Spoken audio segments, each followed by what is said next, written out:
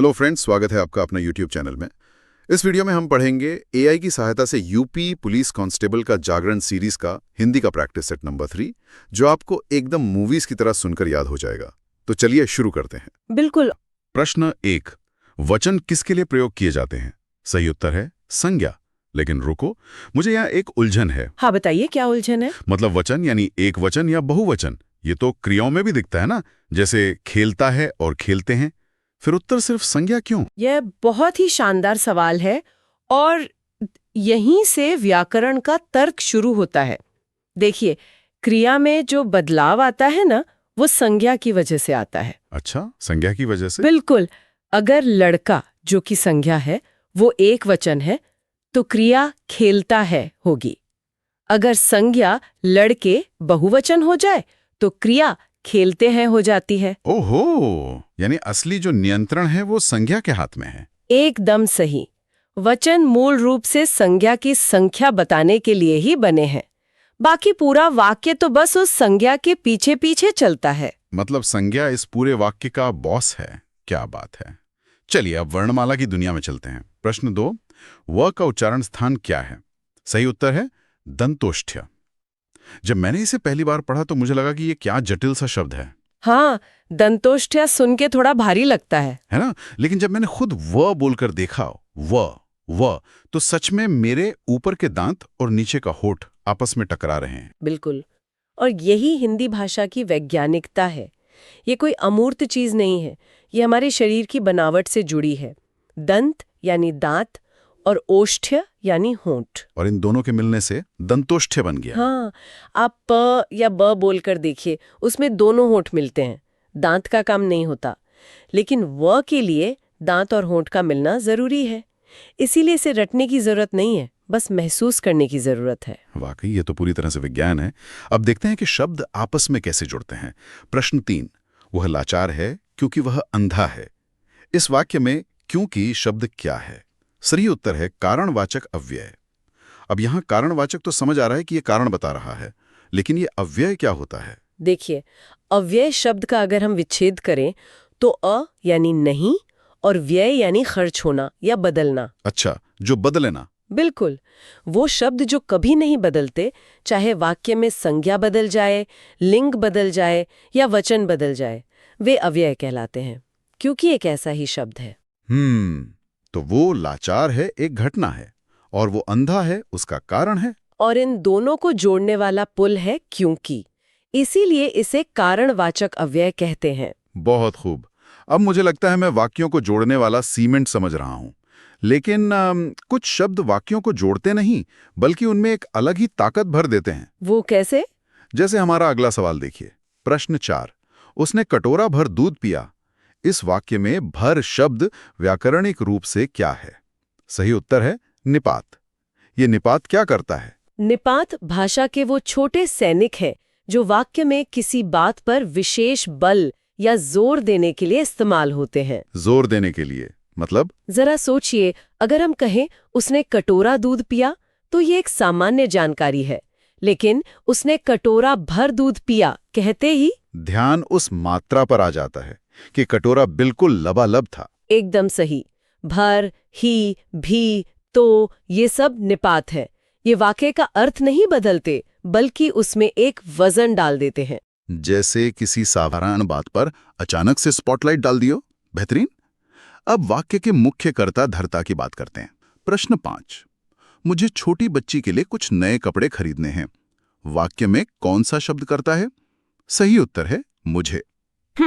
इस सवाल में अक्सर गलती होती है। हाँ, क्योंकि कई बार विद्यार्थियों को लगता है कि कर्ता मतलब कोई नाम होना चाहिए, जैसे राम या श्याम। यहाँ मुझे कर्ता कैसे बन गया? कर्ता की पहचान नाम से नहीं, काम से होती है।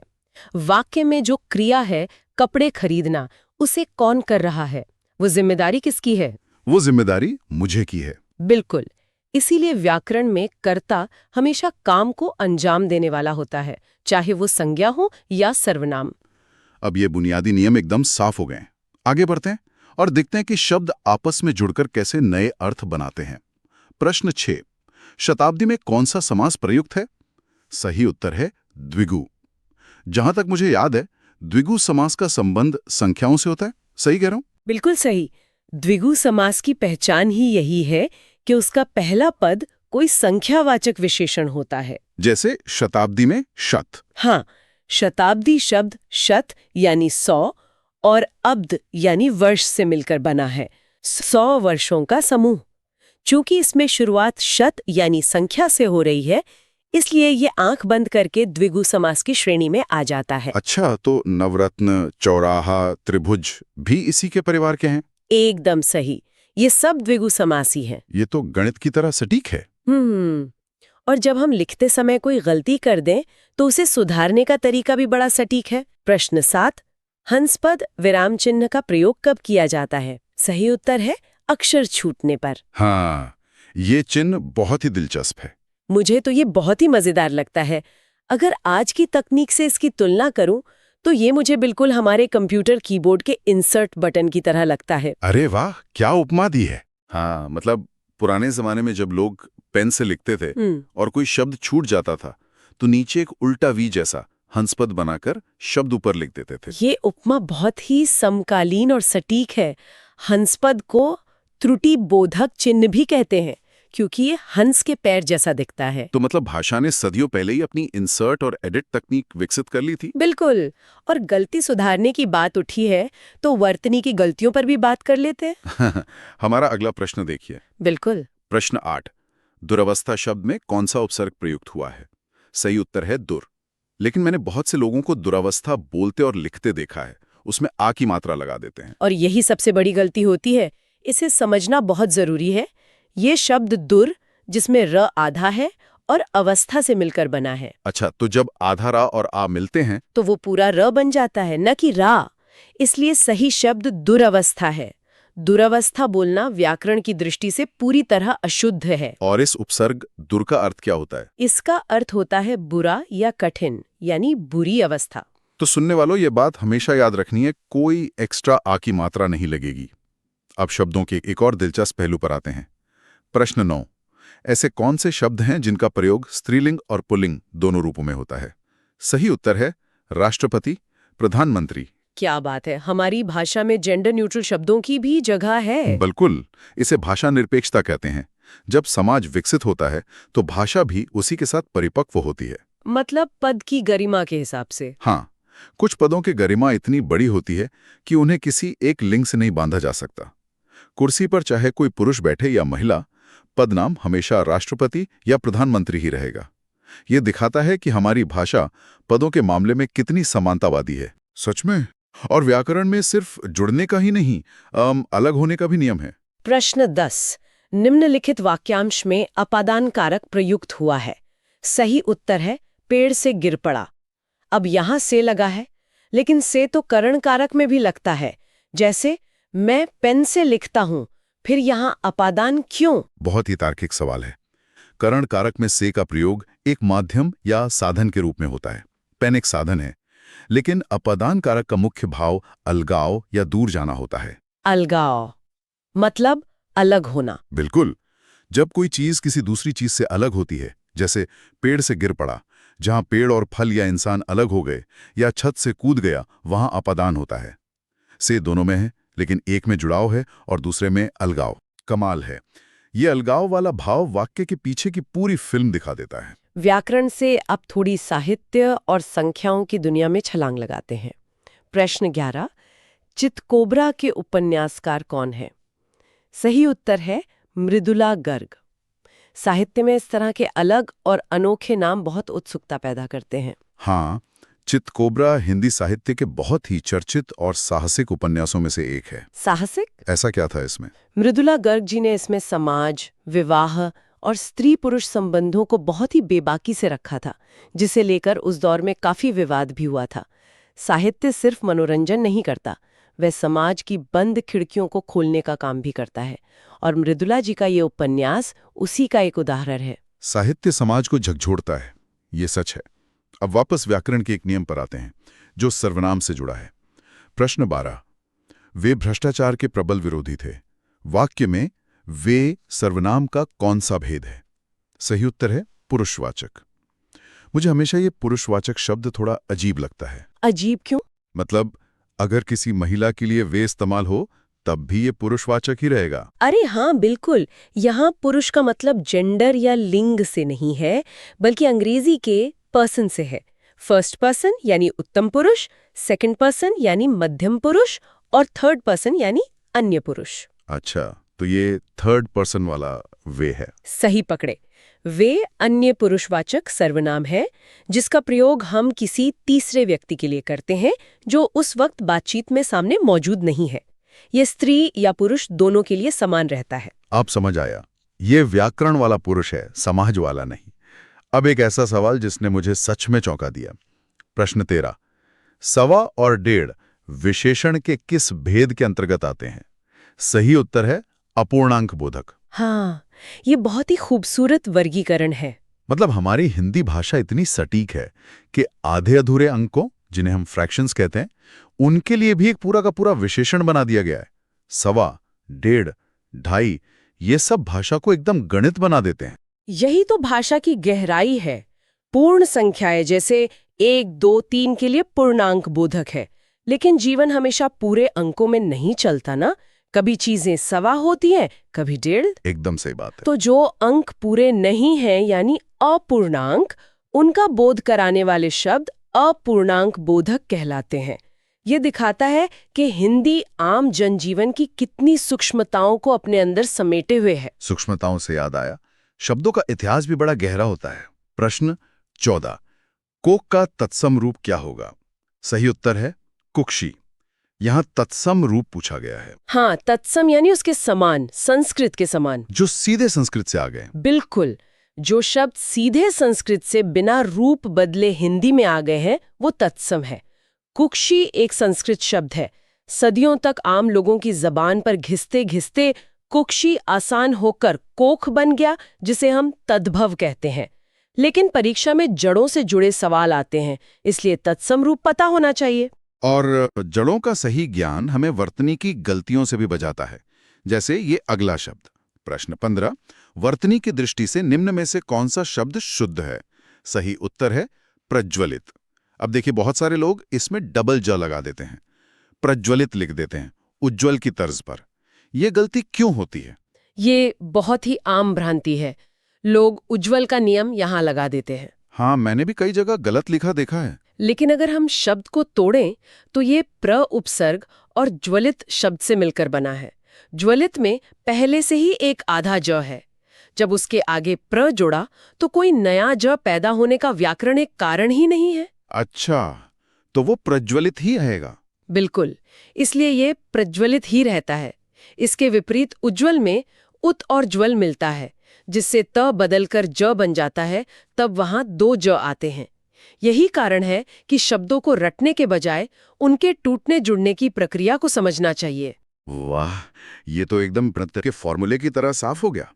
अब जब हम शब्दों की बनावट समझ ही रहे हैं, तो चलिए इन शब्दों के पीछे छुपे भावों और एक ही शब्द के अनेक रूपों का रोमांचक अन्वेषण करते हैं। प्रश्न 16, वीभत्स रस का स्थायी भाव क्या है? सही उत्तर है जुगुप्सा। साहित्य में रसों का बहुत महत्व है। हाँ, लेकिन हम अक्सर प्रेम या श्रृंगार की बात करते हैं। फिर इस वीभत्स रस और जुगुप्सा यानी घृणा की क्या जरूरत पड़ गई? क्योंकि साहित्य जीवन का समग्र रूप है। जीवन में सिर्फ फूल और चांद नहीं होते ना, युद्ध के मैदान में बिखरे शव, खून और बीमारियां भी होती हैं। हाँ, ये तो है। जिस दृश्य को देखकर मन में गहरी घृणा, ग्लानि या उपकाई आने लगे, उस भाव को जुगुप्सा कहते हैं। और इसी भाव से वीभत्स रस पैदा होता है। सच्चाई चाहे कितनी भी कड़वी और घृणित क्यों न हो, साहित्य उससे आंखें नहीं चुराता। सच में जीवन के हर रंग का सम्मान है रस। अब शब्दों के बहुरूपीयपन को देखते हैं। प्रश्न 17, कर का अर्थ है? सही उत्तर है हाथ, किरण, टैक्स। ये तो मुझे किसी मल्टी टूल की तरह लगता है। मल्टी टूल कैसे? मतलब जेब से निकाला, कभी पेचकस बन गया, कभी चाकू। वैसे ही कर शब्द जरूरत पड़ने पर शरीर का अंग यानी हाथ बन गया, सुबह सूरज की रोशनी यानी किरण बन गया, और महीने के आखिर में सरकार का टैक्स बन गया। अरे वाह, बहुत ही रोचक उपमा है। इन्हें अनेकार्थी शब्द कहते हैं। संदर्भ बदलते ही शब्द अपना अर्थ बदल लेता है। जैसे कर कमल वाला उदाहरण। बिल्कुल, जब कहा जाए भगवान के कर कमलों से तो वहाँ अर्थ हाथ है। जब आयकर कहें तो अर्थ टैक्स है। ये भाषा की अर्थव्यवस्था है, कम शब्दों में ज्यादा काम चलाना। और कभी-कभी शब्दों के पीछे कुछ ऐसा जुड़ जाता है जो उसका पूरा मतलब ही बदल देता है। प्रश्न 18, इनमें से लुटेरा में प्रयुक्त प्रत्यय कौन सा है? सही उत्तर है एरा। प्रत्यय वो जो शब्द के अंत में जुड़ते हैं, है ना? एकदम सही। मूल शब्द है लूट। जब इसके अंत में एरा प्रत्यय जुड़ता है तो ये बन जाता है लुटेरा, यानी लूटने वाला, काम करने वाला व्यक्ति। जैसे सांप और सपेरा। हाँ बिल्कुल, सांप में एरा जुड़कर सपेरा बन जाता है। प्रत्यय हमेशा मूल शब्द को एक नई पहचान दे देता है। अब साहित्य के कुछ ऐसे सवालों पर आते हैं जो परीक्षाओं के फेवरेट है। प्रश्न 19, आषाढ़ का एक दिन नाटक के रचयिता कौन है? सही उत्तर है मोहन राकेश। आषाढ़ का एक दिन आधुनिक हिंदी साहित्य का एक मील का पत्थर है। मैंने सुना है ये कालिदास जी पर आधारित है। जी हाँ, मोहन राकेश जी ने इसमें महान कवि कालिदास के जीवन की पृष्ठभूमि पर सत्ता, महत्वाकांक्षा और प्रेम के द्वंद्व को बहुत ही मार्मिक ढंग से उकेरा है। ये सिर्फ एक ऐतिहासिक नाटक नहीं है, बल्कि आज के हर उस इंसान की कहानी है जो सफलता पाने के लिए अपने सबसे करीबी लोगों से दूर हो जाता है। बहुत ही गहरी बात है ये। और इसी मार्मिकता की अगली कड़ी है हमारा अगला सवाल। प्रश्न 20, तमस उपन्यास के लेखक कौन है? सही उत्तर है भीष्म साहिनी। तमस का मतलब तो अंधकार होता है ना? हाँ, और ये उपन्यास उसी गहरे अंधकार की बात करता है जो 1947 में भारत पाकिस्तान विभाजन के समय फैला था। उफ, वो तो बहुत भयानक दौर था। बिल्कुल। भीष्म साहनी जी ने सांप्रदायिक हिंसा, नफरत और इंसान के भीतर छिपे जानवर का जो चित्र खींचा है, उसे पढ़ते हुए अभी हमने जिस विभत्स रस की बात की थी ना, वो पूरी तरह महसूस होता है। तमस इंसानियत के इतिहास के सबसे काले पन्नों का दस्तावेज है। सुनकर ही रोंगटे खड़े हो जाते हैं। इन गंभीर रचनाओं के बाद अब हम चर्चा को उस दिशा में ले चलते हैं जहां वाक्यों को शुद्ध करने की कला और शब्दों के चमत्कार काम करते हैं। प्रश्न 21, नवोन्मेष का सही संधि विच्छेद कौन सा है? सही उत्तर है नव प्लस उन्मेष। यहां दो शब्द मिल रहे हैं, नव और उन्मेष। और यहाँ गुण संधि काम कर रही है। नव के अंत में अ की ध्वनि है और उन्मेष की शुरुआत ऊ से हो रही है। तो अ और ऊ मिलकर क्या बनते हैं? व्याकरण का नियम कहता है कि जब अ और ऊ मिलते हैं तो वे ओ में बदल जाते हैं। इसलिए यह नव और उन्मेष मिलकर नवोन्मेष बन गया, जिसका अर्थ है नया उभार या नई शुरुआत। ये ध्वनियों का आपस में टकराना और नया रूप लेना बड़ा जादुई है। अब एक ऐसा वाक्य देखते हैं जिसे हम रोजमर्रा की जिंदगी में खूब गलत बोलते हैं। प्रश्न 22, आज का क्या समाचार हैं का शुद्ध वाक्य है। सही उत्तर है आज के क्या समाचार हैं। अक्सर लोग पूछते हैं आज का समाचार क्या है? इसमें गलती क्या है? इसके पीछे बहुत ही गहरा तार्किक कारण है। समाचार शब्द में हमेशा कई सारी खबरें, देश दुनिया के कई पहलू शामिल होते हैं। मतलब वो कभी एक नहीं होता। बिल्कुल, कोई एक घटना समाचार नहीं होती, घटनाओं का समूह समाचार बनता है। इसलिए व्याकरण में इसे हमेशा बहुवचन के रूप में ही प्रयोग किया जाता है। अच्छा, तो इसलिए आज के क्या समाचार हैं बोलते हैं? हाँ, ऐसा बोलने से वो बहुवचन वाला भाव सही से प्रकट होता है। प्राण, आंसू, दर्शन, ये सब भी इसी तरह हमेशा बहुवचन में रहते हैं। अब समझ आया कि टीवी न्यूज एंकर हमेशा आज के समाचार क्यों कहते हैं। अब विपरीत अर्थ वाले शब्दों की बात। प्रश्न 23, बहुधा का विलोम कौन सा होगा? सही उत्तर है यदा कदा। बहुधा का मतलब बहुत बार होता है ना। मूल शब्द का एकदम सटीक अर्थ पता हो। एकदम सही समझे आप। और पर्यायवाची शब्दों में भी यही सटीकता चाहिए। प्रश्न 24, शिव का पर्यायवाची क्या होगा? सही उत्तर है श्रीकंठ। अब शिव जी के तो कई नाम हैं, नीलकंठ, महादेव, लेकिन ये श्रीकंठ क्यों? देखिए, श्री का अर्थ होता है शोभा, ऐश्वर्य या सुंदरता, और कंठ का अर्थ है गला। वो समुद्र मंथन वाला प्रसंग। बिल्कुल, जब शिव जी ने समुद्र मंथन का हलाहल विष पिया था तो उनका कंठ नीला पड़ गया था। उस विष ने उनके कंठ को एक नई शोभा दी, उसे लोक कल्याण का प्रतीक बना दिया। इसीलिए उन्हें श्रीकंठ कहा गया। शब्द के पीछे की ये पौराणिक कहानी ही पर्यायवाची को याद रखने लायक बनाती है। क्या अद्भुत व्याख्या है। और शब्दों का चमत्कार यही नहीं रुकता। प्रश्न .25 जहां एक शब्द के साथ अनेक अर्थ चिपके रहते हैं, वहां कौन सा अलंकार होता है? सही उत्तर है श्लेष। मुझे ये श्लेष बिल्कुल उस 3-in-1 शैम्पू की तरह लगता है। 3-in-1 शैम्पू, वो कैसे? अरे जैसे बोतल एक होती है, लेकिन उसी में शैम्पू, कंडीशनर और बॉडी वॉश तीनों का फायदा मिल जाता है। वैसे ही श्लेष में शब्द एक ही होता है, लेकिन अर्थ 3-4 चिपके रहते हैं। ये उपमा सच में लाजवाब है। श्लेष शब्द संस्कृत की धातु श्लिष से बना है, जिसका शाब्दिक अर्थ ही होता है चिपकना। कोई उदाहरण देकर समझाएंगी? जरूर। जैसे प्रसिद्ध दोहा है, रहीमन पानी राखिए बिन पानी सब सून। यहाँ पानी शब्द एक ही है, लेकिन मोती के लिए इसका अर्थ चमक है, मनुष्य के लिए इज्जत है और चूने के लिए जल है। एक शब्द पर अर्थ कई चिपके हुए। भाषा का ये चमत्कार वाकई रोमांचक है। अब आगे बढ़ते हैं कम शब्दों में बड़ी बात कहने की कला की ओर। प्रश्न 26 किसी वस्तु को प्राप्त करने की तीव्र इच्छा के लिए उपयुक्त शब्द इनमें से कौन सा होगा? सही उत्तर है अभिप्सा। सिर्फ इच्छा नहीं, बल्कि तीव्र इच्छा के लिए इतना सुंदर शब्द। यही समृद्ध शब्दकोश की निशानी है। साधारण चाहत इच्छा है, किसी चीज की चाह कामना है, लेकिन जब कुछ पाने की धुन सवार हो जाए, एक प्रचंड लालसा हो, तो उसे अभिप्सा कहते हैं। ये शब्द वाक्य की गंभीरता को कई गुना बढ़ा देता है। बिल्कुल बढ़ा देता है। और जब साहित्य में गंभीर पीड़ा व्यक्त करनी हो, तो महान कवि आगे आते हैं। प्रश्न 27 हिरोशिमा कविता के रचयिता हैं? सही उत्तर है सच्चिदानंद हीरानंद वात्स्यायन अज्ञेय। अज्ञेय जी आधुनिक हिंदी कविता के शिखर पुरुष हैं। जब दूसरे विश्व युद्ध में इंसानियत पर परमाणु बम का कहर टूटा, तो उस अमानवीय विनाश और धूप के रूप में बरसी मौत को अज्ञेय जी ने हिरोशिमा कविता में जो स्वर दिया, वो साहित्य में दर्द और विज्ञान के दुरुपयोग की चरम अभिव्यक्ति है। बहुत ही खौफनाक मंजर रहा होगा वो। हाँ, और ये कविता आज भी हमें उस विनाश के प्रति चेताती है। शब्दों में पूरी दुनिया का दर्द समेट लिया उन्होंने। अब एक एकदम अलग जमीन पर आते हैं, मुहावरों की दुनिया में।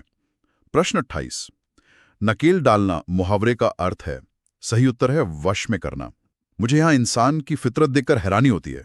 कैसी हैरानी? मतलब नकेल तो ऊंट या बैल की नाक में पहनाई जाती है ताकि जानवर को कंट्रोल किया जा सके, लेकिन हमने इस पशुओं वाली उपमा को इंसानों पर ही प्रयोग कर लिया कि भाई उस पर तो नकेल डालनी पड़ेगी। हाँ, क्योंकि मुहावरे कभी भी आसमान से नहीं चपकते।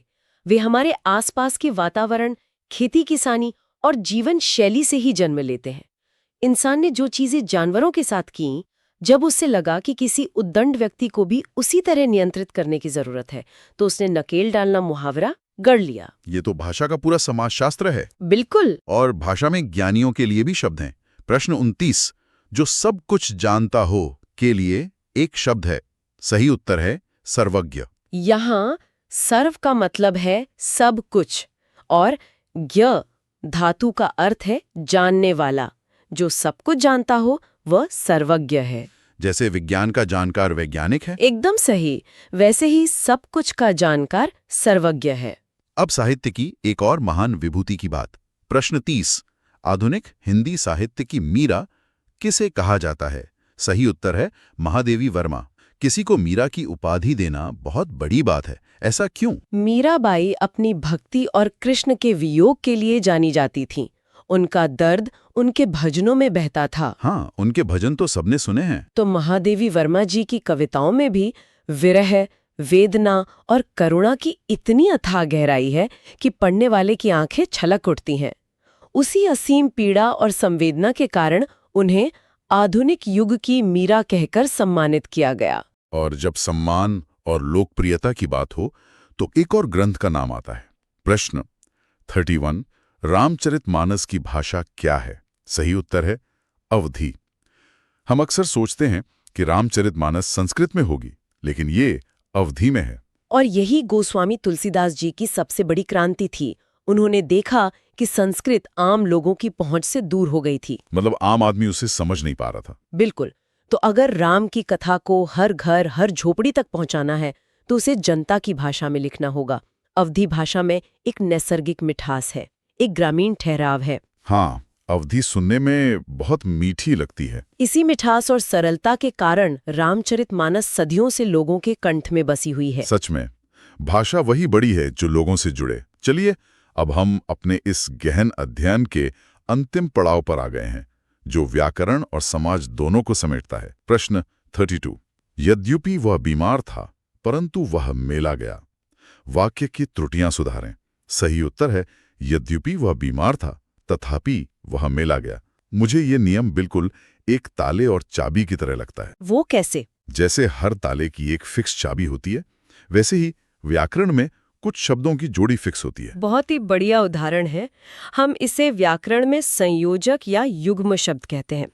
यद्यपि, जिसका मतलब है हालांकि, इसके साथ हमेशा तथापि यानी फिर भी ही आता है। तो अगर मैं परंतु लगा दूं तो आप यद्यपि के साथ परंतु या लेकिन की जबरदस्ती चाबी नहीं लगा मेरा ये सकते। चैनल ताला नहीं खुलेगा, सब्सक्राइब यानी करें वाक्य और अशुद्ध मेरे हो हर जाएगा। अपडेट समझ गया। आपको और इसी मिले, शुद्धता से हम इसके समाज लिए के सबसे बड़े बेल सच की आइकन ओर बढ़ते जरूर हैं। दबाइएगा।